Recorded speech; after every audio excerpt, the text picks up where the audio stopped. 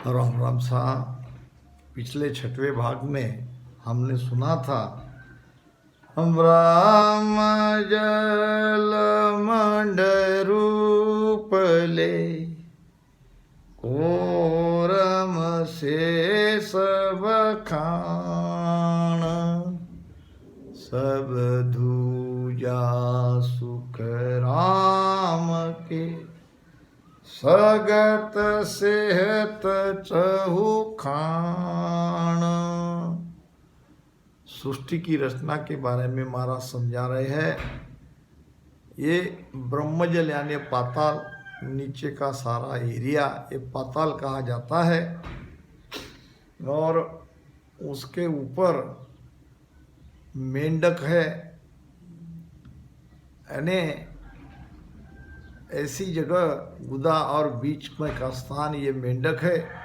और मेंढक के ऊपर जो 4 अंगुली जगह है जिसको शिवन का भाग कहते हैं वो है कछुए का आकार का, और वो कछुआ के ऊपर है शेषनाग जिसको कुंडलिनी नागिन कहते हैं।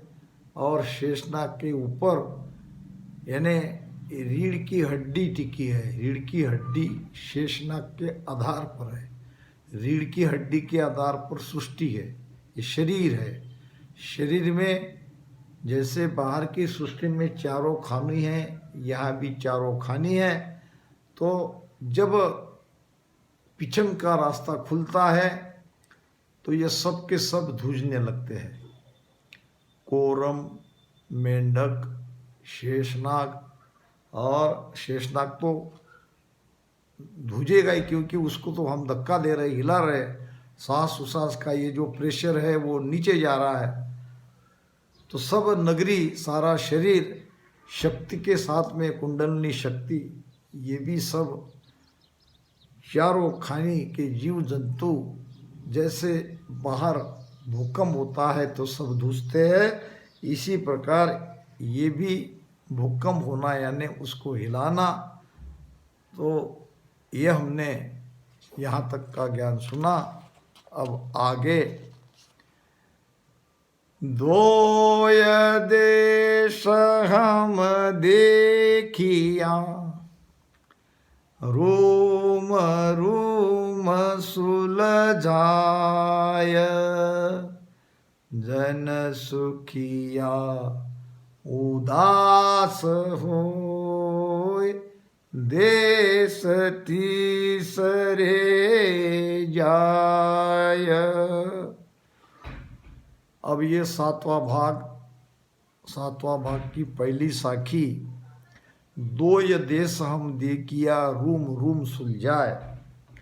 रोम रोम में जब ये ध्यान होने लगा तो ध्यान से हम सुलझ गए, भीतर का अनुभव किया और ये समझ में आया कि माया और ब्रह्म ये 2 देश में क्या क्या सुख है। देश देखने का मतलब माया के सुख को तो हमने समझ लिया, माया में क्या सुख है। माया में तो केवल मन का ही सुख चाहता है, विषयों का ही सुख है और ये सब शरीर से संबंधित है। और दूसरा देश शून्य का देश, ब्रह्म का देश, शून्य में चले गए, सुख दुख से परे हो गए। मगर ये भी पूरी स्थिति नहीं, यहाँ भी आनंद नहीं है। तो ये 2 देशों का अनुभव हमने कर लिया, यानी समझ लिया, ज्ञान उसका हो गया। रूम रूम में जब भजन होने लगता है तो ये सारी चीज़ें भीतर में पता चलती है और चलनी चाहिए। जन सुखिया उदास होए, जब ये दोनों सुखों से उदास हो जाते हैं, अब शून्य में भी कितनी देर रहेंगे, आनंद नहीं आ रहा है और कोई दिव्य प्रकाश की अनुभूति नहीं हो रही है। और वाणी में तो उस देश का वर्णन किया है महाराज ने, अमरलोक कैसा है। तो ये सब हम भीतर अनुभव करके देख लिया, समझ लिया, जान लिया। अब सुलझ गए, यानी समझ आ गई। अब समझ आने से फिर उदास होते हैं। इन दोनों भक्ति के प्रति उदासीनता आ जाती है, वैराग आ जाता है, तब तीसरे देश में यानी सस्वरूप आनंद पद के देश में पहुंचने का ख्याल हमारे भीतर आ जाता है, वो पीड़ा आ जाती है। तीन पोल में ये मिल्या बिरह मद बैराग, पाँच दोय सुख राम के संग आठ मोह भाग। तीन पोल में ए मिल्या बिरह मद बैराग, यानी सामने के कमल में तीन द्वार में तीन स्थान पर हमारे अंदर विरह भी आया और बैराग भी आया। पाँच दोय सुखराम के संगमो आठों भाग, अब 5 और 2 7 और एक 8वां। अब आगे 8 अंग से भक्ति करना है। विरह वैराग तो आ गया, अब और 8 अंग इसमें आने चाहिए। अब उसमें प्रेम है, प्रीत है, लिव है, ये सब कुछ भजन में लगाना है, विरह के साथ भजन करना है। यानी संपूर्ण अंग भक्ति के जितने भी है इतने लगा देना है, तब जाएंगे उस सस्वरूप आनंद पद के देश में। 7 अंश को सोज के किया एकण सूत, ये तामिल सुख राम के ली काशी सब थूत। ली काशी सब थूत, थूत यानी खोज लिया, काशी यानी काया रूपी काशी में सब कुछ खोज लिया, समझ लिया, अनुभव कर लिया। 7 अंश को सोच के, ये शरीर जो है ये सप्त धातु का पुतला इसे कहा जाता है, 7 धातु का शरीर कहा जाता है। पृथ्वी तत्व की 5 प्रकृतियाँ और जल तत्व की 2 प्रकृतियाँ गौण रूप से इसमें है, बाकी तो 5 तत्व इसके अंदर है ही, तो इसलिए इसको 7 धातु का शरीर कहा जाता है। तो 7 धातु के सारे शरीर में खोज कर लिया और किया एकन सूत, भजन के द्वारा सभी नाड़ियों के द्वारा रोम रोम में सारे शरीर में खोज लिया, काया रूपी काशी में देख लिया, परख लिया। कैसे? एता मिल सुखराम के छाड़ी, एता मिल सुखराम के ली काशी सब थूत। यानी 8 अंग से जब हम भक्ति करने लगे विरह वैराग के साथ, तो सब शरीर का खोज कर लिया और आगे बढ़ने लगे, क्योंकि जाना है उस स्वरूप आनंद पद में। 2 देशों को हमने जान लिया, समझ लिया, वहाँ उदासी आ गई। 5 पंडित हारिया फिर जग जीवन व्यास, काशी सब सुख राम के छाड़ी वेद उपास। अब काशी में है वेदों का ज्ञान का प्रसार, 3 लोक में वेदों का कहीं ज़्यादा प्रसार है, उद्गम है तो काशी में है। अब ये काशी है शरीर। अब यहाँ के वेदों का ज्ञान क्या, तो बाहर जो पढ़ते हैं पढ़कर केवल समझते हैं ये सब वेद है। अब जब पांचों पंडित हारिया अने 5 विषय या 5 ज्ञानेंद्रिया, ये बड़े बड़े 5 पंडित ये शरीर में है, ये थक गए, हार गए, क्योंकि ये पांचों ज्ञानेंद्रिया ही 5 विषयों की इंद्रिया है। इसलिए ये पांचों पंडित हार गए। फिर जगजीवन व्यास, अब जगजीवन व्यास है मन। अब ये मन भी थक गया और इसने वेदों के ज्ञान को एक काया रूपी काशी को छोड़ दिया, यानी पढ़ा हुआ समझा हुआ जितना भी ज्ञान है ये सब छोड़ दिया, क्योंकि अब ये इंद्रिया जो ज्ञानेंद्रिया है ये आगे अब भीतर में पलटने लगी। इसका मतलब अब ये माया के सुख से हटने लगी। अब ये मन जो जगजीवन व्यास है, जो पंडित है, जो बड़ा पंडित है, इसने भी पढ़ा हुआ इधर उधर से जोड़ तोड़ से लिया हुआ सारा ज्ञान इसने छोड़ दिया। अब शरीर से भी अब वो शरीर में ही सब कुछ इसने समझ लिया। धूण एको सब शहर में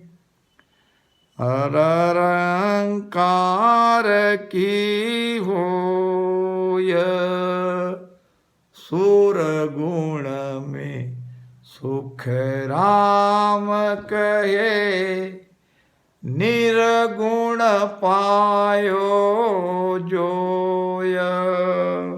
सुरगुण है काया और निर्गुण है ब्रह्म। इस सगुण काया के अंदर में जब भजन से शब्द की धुन सारे शरीर में एक सरी की सुनाई देती है, तो इस सगुण काया में निर्गुण ब्रह्म की प्राप्ति कर ली। ये निरंकार ही निर्गुण ब्रह्म का प्रतीक है। धुन एको सब शहर में निरंकार की होय, सुर गुण में सुख राम कहे, निर्गुण पायो जोय। अमल जमायो शहर में निरंकार को राज, काशी में सुख राम के, वे अनभे धुन गाज। अमल, अमल यानी शासन, शहर यानी शरीर, शरीर रूपी शहर में अब ये निरंकार का शासन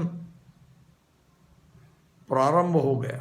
अब निरंकार ने सबको अपने बस में कर लिया, यानी जो मन का शासन, विषयों का शासन जो भीतर शरीर में चल रहा था, अब उसका शासन खत्म हो गया। अब ये नया शासन प्रारंभ हो गया। अमल जमायो शहर में, सारे शरीर में अब ये निरंकार का राज प्रारंभ हो गया। अब तक जो मन का राज चलता था, इंद्रियों का राज चलता था, वो समाप्त हो गया। अब उसको हरा कर निरंकार ने सारे शरीर में अपना वर्चस्व प्राप्त कर लिया।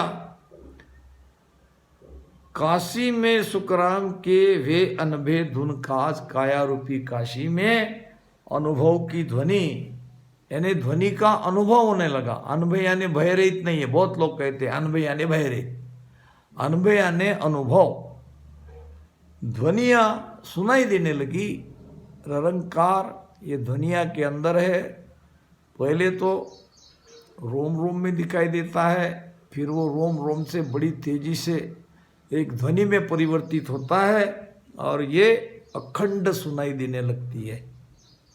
अमल जमायो शहर में ररंकार को राज, और काशी में सुखराम के वे अनभे धुन गाज। जमुना काटे लोक सो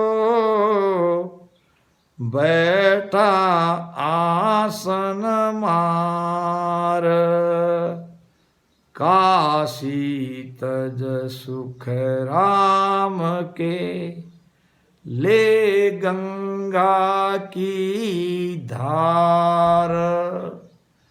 अब भीतर में गंगा जमुना क्या है, फिर जमुना के तट पे कौन से लोग रहते हैं, यह हमें समझ में आएगा। जमुना काटे लोक सो, जमुना यानी पिंगला, ये सूर्य स्वर, सूर्य नाड़ी, बैठा आसन मार, यानी आसन लगा के जब हम भजन करते हैं तो ये सूर्य स्वर यहाँ गुदा स्थान पे एक गर्म ऊर्जा ऊपर निकलती है निरंतर। इसको कहा है जमुना काटे लोक सो बैठा आसन मार। आसन लगा के भजन करने पर ये सूर्य स्वर यानी पिंगला स्वर यानी उष्ण स्वर यानी गर्म हवा गुदा से ऊपर बढ़ती है। और काशी तज सुखराम के ले गंगा की धार, अब ये निरंतर ये गर्म वायु गंगा में, ईड़ा में यानी शीतलता में मिल जाता है। महाराज ने एक जगह कहा भी है, आत्मसार में और सौदागिरी में बात आई है, सूरत जाय मिल्या घर चंदे पवना गिगन समाया। यानी ये जो उष्ण वायु गुदा से निरंतर ऊपर चढ़ती है वो शीतल वायु में यानी चंद्र स्वर में मिल जाती है, तो ध्यानी को एक अलौकिक आनंद आता है। जमुना काटे लोक सो बैठा आसन मार, आसन लगा के बैठते ही ये भजन करने वाले ध्यानी को ये उष्ण वायु की अनुभूति होती है आसन मार पे बैठने। और काशी तज सुखराम के ले गंगा की धार, यानी काशी यानी काया, काया कहाँ तक है तो हद तक है, हद से आगे त्रिकुटी में जाती ही वो ईड़ा में मिल जाती है, यानी सूर्य स्वर चंद्र स्वर में मिल जाता है, पिंगला ईड़ा में मिल जाती है। फिर ये मीठा मीठा बहुत ही आह्लाददायक अनुभूतियाँ, अलौकिक अनुभूतियाँ होने लगती है। जासु जमुना उतरे गंगा फेर बखान, या सुदले सुख राम के बैठा नावे आण। ये ईड़ा और पिंगला गौकुंड से ऊपर चढ़ती है, गौकुंड है मेरू के ऊपर, और जासु जमुना उतरे, अब ये तो चढ़ रही है, अब उतरती कहाँ से है, नाक से। ईड़ा नाड़ी बाएं स्वर से नीचे उतरती है, पिंगला नाड़ी दाएं स्वर से नीचे उतरती है। जासु जमुना उतरे गंगा फेर बकान, और या सुदले सुखराम के, यानी ईड़ा पीड़ा में भजन करते करते ये शुद्ध बुद्ध से जब भजन भजन करते हैं, जब हमारे समझ में आते हैं, तो फिर आगे ये गौकुंड से होती हुई ये तीनों दोनों नाड़ियाँ यहाँ त्रिकुटी में आती है और बीच से ये सुषुम्ना त्रिकुटी में आके मिलती है। तो शुद्ध बुद्ध से भजन करने पर ये वहाँ पे बैठा नहावे आन चाहिए, वहाँ पर जाके नहाते हैं, यानी तीनों नाड़ियाँ का आनंद लेते हैं। काशी तजने का मतलब शरीर से अलग होना, तीन लोक से हद को पार करना। वहाँ पे जहाँ से ये ईड़ा पिंगड़ा उतरती है, ऐसे भजन करते करते सुषुम्ना और ईड़ा पिंगड़ा तीनों यहाँ मिलती है, वहाँ पे नहाने लगते हैं। तीनों चले मेर सु आगे, त्रिवेणी में, वहाँ त्रिवेणी में जाके मिल जाती है। महाराज कहते हैं, बंक नाड़ होए ऊंचा जाओ, त्रिकुटी माय अनाहद भाओ, सुकमण गंग निसो दिन नाओ, हारे मन 10वें द्वार में पिल रे। तो ये सब ईड़ा पिंगड़ा नाड़ी, ये सारी योग की बातें महाराज ने बताई है। प्रेम के साथ हमको योग करना ही है, ध्यान साधना करनी है। कोई अगर कहता है कि मैं पहुंचाता हूं और मैंने पहुंचा दिया, आप पहुंच गया, ये कोई विश्वास करने योग्य बात नहीं है। क्योंकि यहाँ पे स्वयं का रास्ता खोलना है। बहुत लोग कहते हैं, सुना है मैंने कि भाई जिसने सबसे पहले कलकत्ता से बम्बई ये ट्रेन का रास्ता तैयार हुआ ब्रिटिश काल में, तो जिसने रास्ता तैयार किया, पहाड़ों को खोदा, नदिया पे पुल बांधे, पेड़ की कटाई करी, बीच में जो कुछ भी बाधाएं है सबको पार करते करते फिर वो पटरी वहाँ पे डाल दी।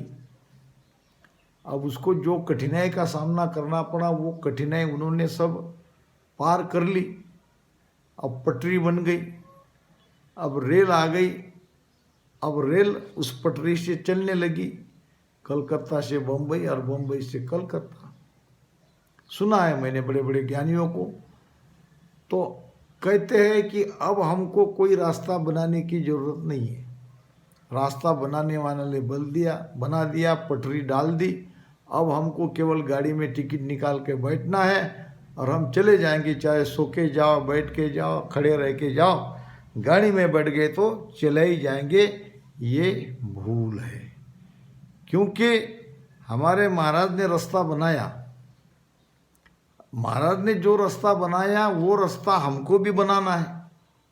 हमको भी भीतर के सारे चक्रों को खोलना है, सारे कमलों को खोलना है। महाराज का ज्ञान हमें सहायता करेगा।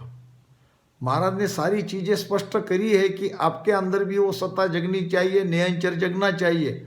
आपको भी उसी रास्ते से चलना पड़ेगा, आपको आपका रास्ता खोलना पड़ेगा, तब पहुँचोगे मोक्ष। हंसा को परमोद के, निज कण देवु बताया, मोक पंत सुख राम के, खोलू या घट माय। हंसों के लिए ही मैं आया हूँ, हंसों को अमरलोक में ले जाने के लिए आया हूँ। उसको मैंने भीतर का रास्ता भी बताया, रास्ता कैसे खोलना है ये भी बताया, कैसे जाना है ये भी बताया। सारी चीज़ें साफ है। फिर भी हमारे ज्ञानी कहते हैं कि बस शरण में आ जाओ हो जाएगा मोक्ष, शरण में आ जाओ हो जाएगा मोक्ष। अरे भाई, किस किस का हुआ मोक्ष? कहते किसको है ये भी तो समझाओ। मोक्ष यानी बंधन से मुक्त होना। क्या शरण में आते ही हम एक पल में बंधन से मुक्त हो गए? तो ये स्वयं भी भूले हुए हैं, भटके हुए हैं, भरमे हुए हैं, और ये हमको भी भुला रहे हैं, भरमा रहे हैं, भटका रहे हैं। सावधान रहना, महाराज के ज्ञान के समझ के उस रास्ते पे निरंतर भजन करते करते आगे बढ़ना है, यही उचित है, नहीं तो पछताना पड़ेगा। मरत लोक में बैरही जाहम देखी आय, घाट घाट सब धाम में नहाया भो विद माय। मर्त लोक में बह रही, ये दोनों नदियाँ गंगा और यमुना मृत्यु लोक में से ही ये बह रही है। वैसे ये नाक से ये दोनों स्वर नीचे जा रहे हैं और ये सारा मृत्यु लोक है। कभी हमारा एक स्वर चलता है तो एक धीमा रहता है यानी बंद रहता है, फिर दूसरे घंटे में ये चलता है तो ये बंद हो जाता है। यानी दोनों नदियाँ, दोनों नाड़ियाँ, ईड़ा और पिंगला, ये सीधे ऐसे बाएं दाएं अंडकोश तक हमको इसका पता चलता है। छोटे बच्चे का अंडकोश हिलता है जब वो सोया हुआ रहता है, पेट भी हिलता है तो अंडकोश भी हिलता है। इसका मतलब ये दोनों नाड़ियाँ के द्वारा प्राण वायु जा रहा है इसमें। ये नाड़ियों के द्वारा प्राण वायु तो लेते हैं और सारे शरीर में फैलता है। इसको महाराज ने कहा है मरत लोक में बह रही जाहम देखी आय। सब देख रहे हैं, ये नाड़ियाँ ऐसे ऊपर से नीचे प्रवाहित हो रही है। घाट घाट सब धाम पे नाया भो विद माय। अब कहाँ कहाँ घाट है? ये कंठ, हृदय, मध्य, नाभि, ब्रह्मा, गुदा, ये सांसों सांस में भजन करते हैं तो ये सारे कमलों को हम उसी से तो खोल रहे हैं। तो खोलने का मतलब वहाँ का अनुभव करना, इसको ही महाराज कहते हैं कि नहाना यानी आनंद लेना। बीच में मृत्युलोक में सीधे सामने संगनाल पे जितने भी चक्र है, कमल है, ये सब घाटों को हमने खोला, क्योंकि श्वासा की गति ऐसे नीचे ऊपर आ रही है। एक घाट पर मानवी पेड़ी सोले बखान, सरबरस सुख राम के नायर पिया जान। एक घाट पर मानवी, यानी जब हम भजन करते हैं तो एक घाट पे 16 पीढ़ी है और ये एक घाट है एक स्वर, और 16 पीढ़ी है 16 कला। सूर्य की 16 कला। एक घाट पर मानवी ध्यान करने पर ये सूर्य की 16 कला का बखान किया जाता है। यानी सूर्य के अंदर 16 कला है, ऐसा बखान शास्त्रों में किया गया है, महाराज ने भी किया है। सरबरस सुखराम के नायर पिया जान। वहाँ क्या क्या कला का रस है, क्या क्या आनंद है, वो उस स्वर में जब भजन होता है तो इसको ही कहा है महाराज ने नहाना। नहा कर, यानी उस स्वर में जब भजन होता है तो वो कला का स्वाद लेकर विधि विधि तरह से वो आनंद हम लेते हैं। यानी सूर्य की ये 16 कला की बात हो रही है। दूजो धाम जुआरियो जहाँ जोगी सिन्यास पेड़या सुन सुख राम के द्वादश पर सोवास। दूसरा धाम, दूसरा स्वर माया यानी चंद्र स्वर, ये शीतलता का प्रतीक है। और ये जोगी सन्यासी ईड़ा स्वर पे ज़्यादा ध्यान करते हैं। वो सूर्य स्वर चला भी तो उसको ईड़ा में मिला लेते हैं और ऐसे ऊपर चढ़ते हैं।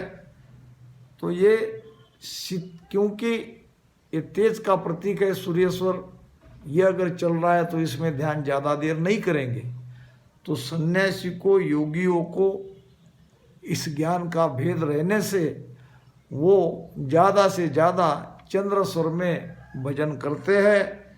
ये दूजो धाम जुआरियो यानी देखा परखा, जुआरी का मतलब समझा, जहाँ जोगी संन्यास पेड़या सुन सुख राम के द्वादश पर सोबास। सूर्य की 16 कला है तो चंद्र की 12 कला है। द्वादश यानी 12, 12 कला को ये जोगी संन्यास परसते हैं। ज़्यादा से ज़्यादा वो चंद्र स्वर में ध्यान करते हैं, सूर्य को चंद्र में लय कर देते हैं। इस प्रकार इस 7वें भाग को हम यहाँ विराम देते हैं और फिर 8वें भाग की तरफ बढ़ेंगे। राम राम साहब।